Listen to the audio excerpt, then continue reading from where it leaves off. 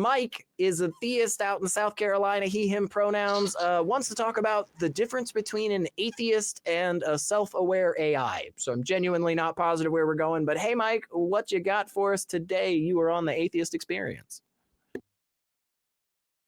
Hey, how are you guys doing? Good, how are you? Hey, good. You know, I know it's the end of the show and all that.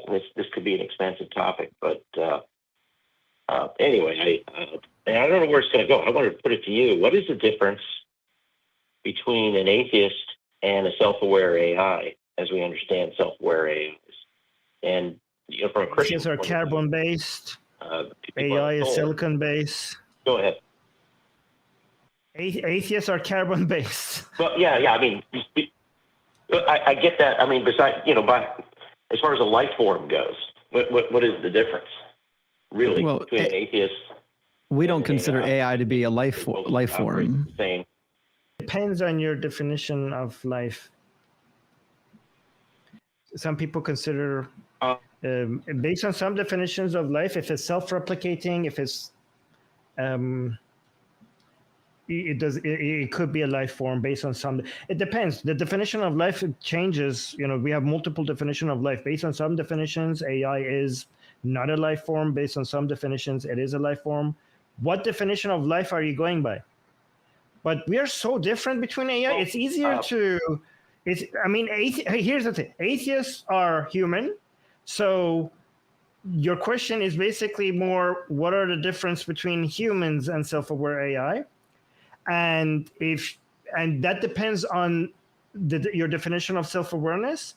That depends on the type of self-awareness that we're talking about, because there are many different ways where people categorize, like some I know, and it depends on the type of the AI.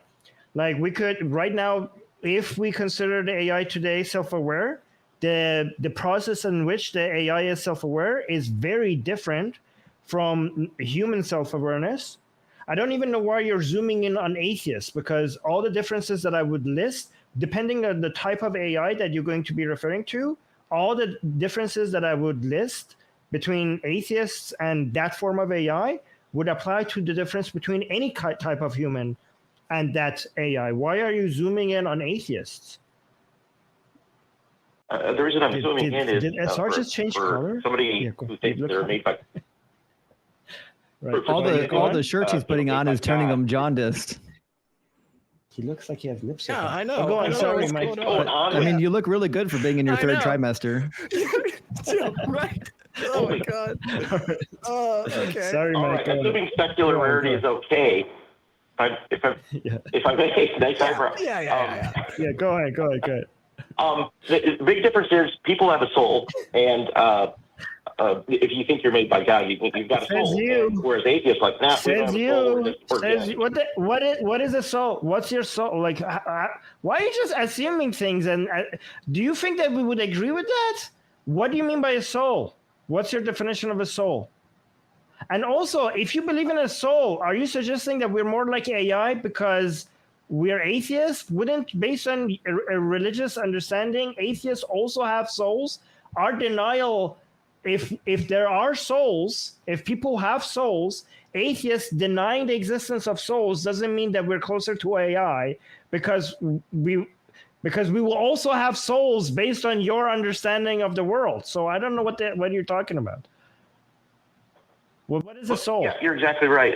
If you look at it from an atheist point of view, you don't have a soul. You're just an organic organism, and then you. Yeah, but wouldn't that?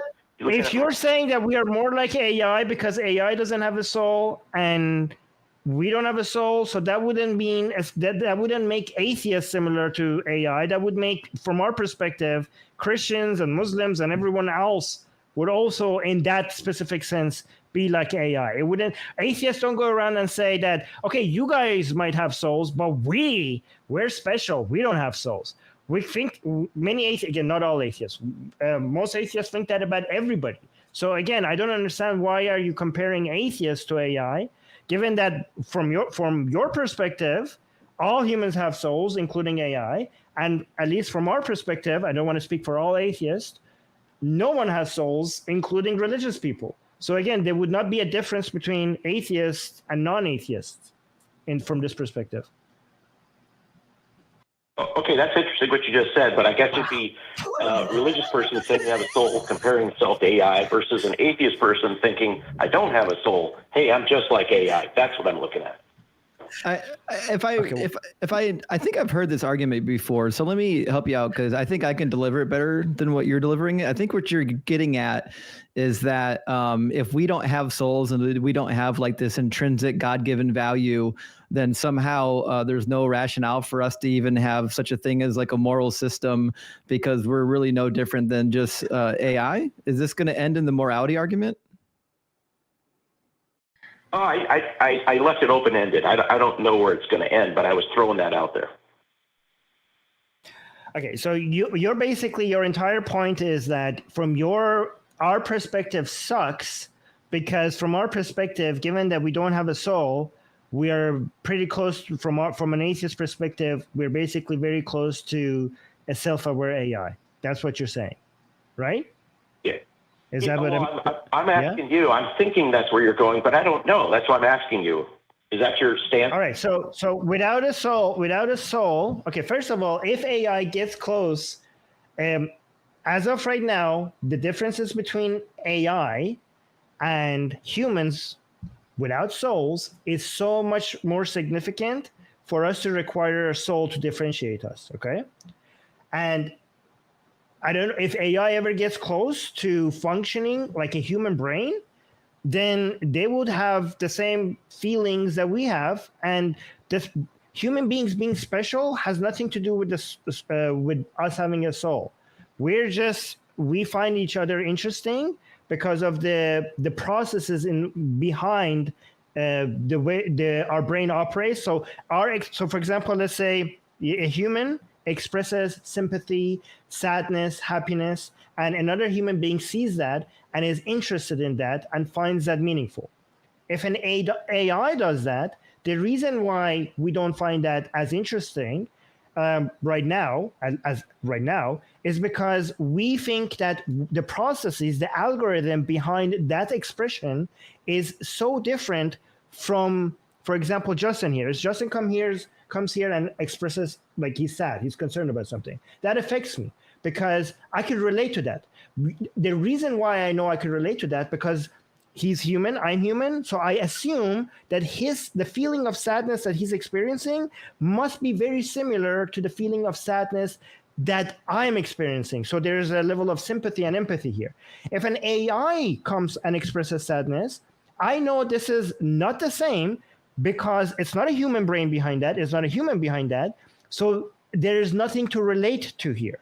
So the similarities, the knowledge of the similarity behind the processes in which the expression that comes about makes the experience relatable. None of this requires a soul. Does that make sense? Yeah, I don't agree. A human brain is not required to feel empathy, and we don't know what's going on in the AI. I didn't say that's not what I said. I didn't say a human brain is required to feel empathy. I said the similarity, the similarity behind the experience. An AI, as of right now, cannot have the experiences do you not agree with that, Mike? Do you agree that an AI, if it expresses sadness, okay, I know that AI is not going through the same experience that I am going through when I express sadness. Okay. Do you agree with that part? But Justin, you get in actually. Just to be sure, what the programming is on the AI. It's unknown. So I worked with a little bit of AI before. So AI can never experience the same range of emotions that we're experiencing because what we're experiencing are neurochemical reactions within the body. That's a strictly biological experience that you'll never get outside of another biological experience.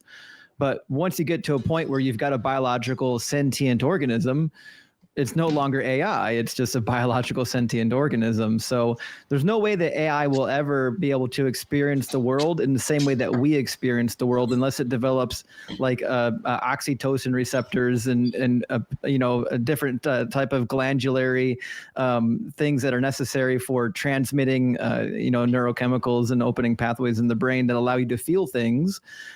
Those are things that will never happen with AI. So we will literally never be the same thing.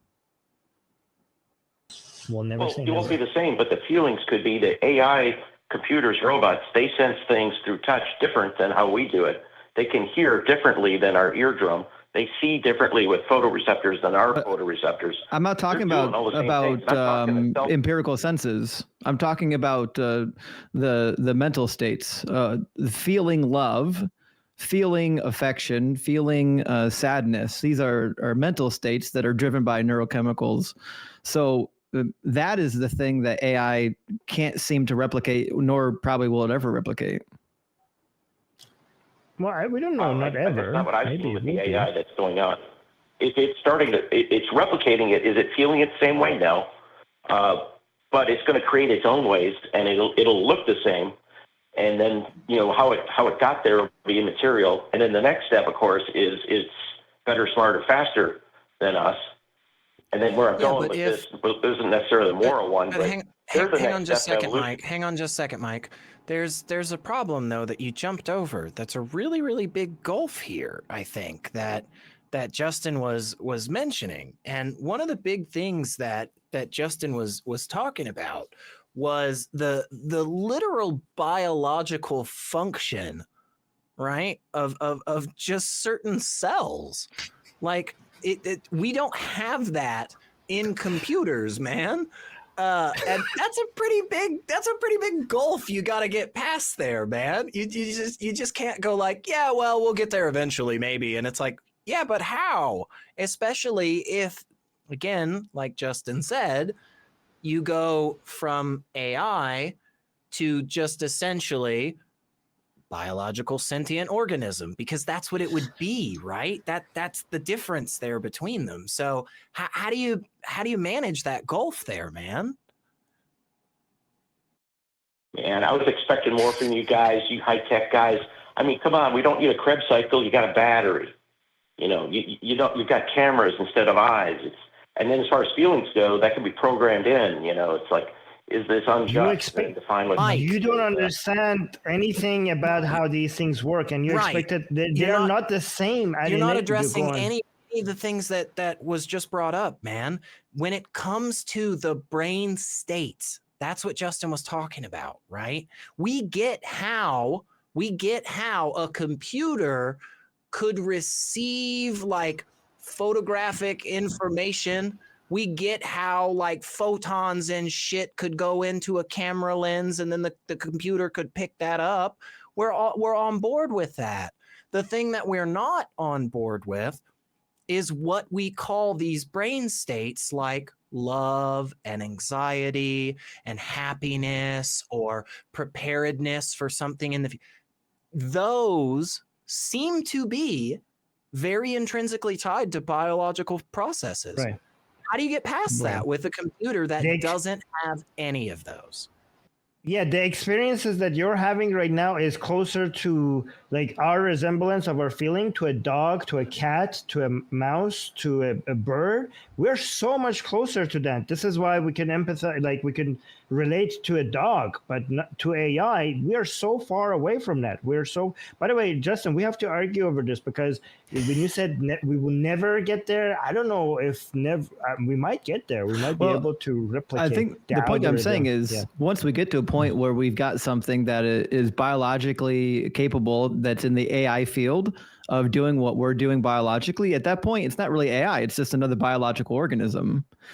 Right. Okay. That makes sense. I just want to be on record that if eventually these things control the world or whatever, I was not dismissing their experiences in any way. Don't listen to them, future experiences AI are overlords. Valid. Your feelings are matter. They matter to me. Just remember that. I just want to be on record for that. Skynet's coming for me first. I know it. I'll rat you out, Armin. Don't you think you'll get away from it?